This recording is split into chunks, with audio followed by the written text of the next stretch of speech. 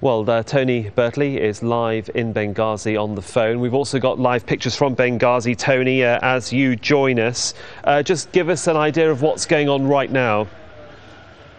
Well, so as with everything in this conflict, it's a very confusing picture. We've been hearing sort of very intensive gunfire and explosions for the best part of an hour now.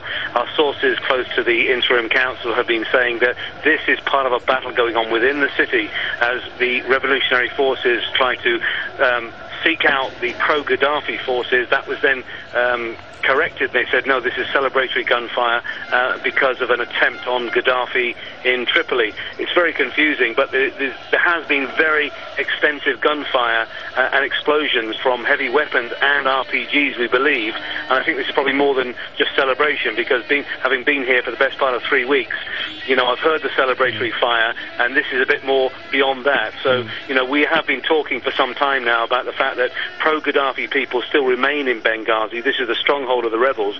They haven't gone away. They're still there, and they could be waiting for their time to come out. And with the successes of Gaddafi's forces further west, this could be the time they decide to come out. But again, I have to stress, it's very confusing and no independent corroboration. Well, with what you're telling us about that gunfire in and around the city and the pictures that we're seeing of what seems to be anti-Gaddafi people celebrating in Benghazi, what do you make of this statement coming from Tripoli about the military going into Benghazi for humanitarian needs? Well, I think, you know, this has been, you know, this conflict has been a very, very heavily spiced with, you know, propaganda, and you don't know what to believe, but there has been a lot of propaganda coming out of Tripoli, and they've been saying they've been liberating and they've been helping people. You know, not from what we've seen people being killed, and that's not the kind of help that they want. But, you know, his forces are having success. They've taken Ras North, they've moved on, they've taken Berga, and now they've reached the outskirts of Ajdabia, and, you know, it's going on. According to the interim council here, they fought them back, so they're no longer in Ajdabia, but they did occupy parts of Ajdabia for periods today before withdrawing or being pushed out, depending on which story you believe.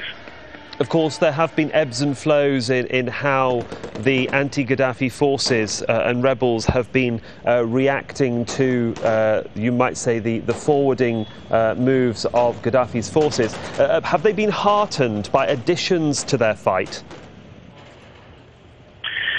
Yeah, well, you know, they are being heartened because you've had, you know, a significant move with the appointment of a new army chief, and he was the former interior minister for Gaddafi. He's a man of 42 years military experience, and he's a general, and he's General Yunus, and you know, he brings with him a lot of experience. And he told us personally, 8,000 men, 3,000 of them are special forces. So that's the kind of boost that this rebel army needs, because they don't have experience. They have a lot of enthusiasm. They have some weapons, but they don't have the military know-how. People here are putting their hopes on General Yunus to be the man to lead this rebellion forward, because it has been going backwards slowly in the last few days with Gaddafi's forces' gains. Well, for the moment, Tony, thanks for joining us. Of course, we'll come back to you as that situation develops.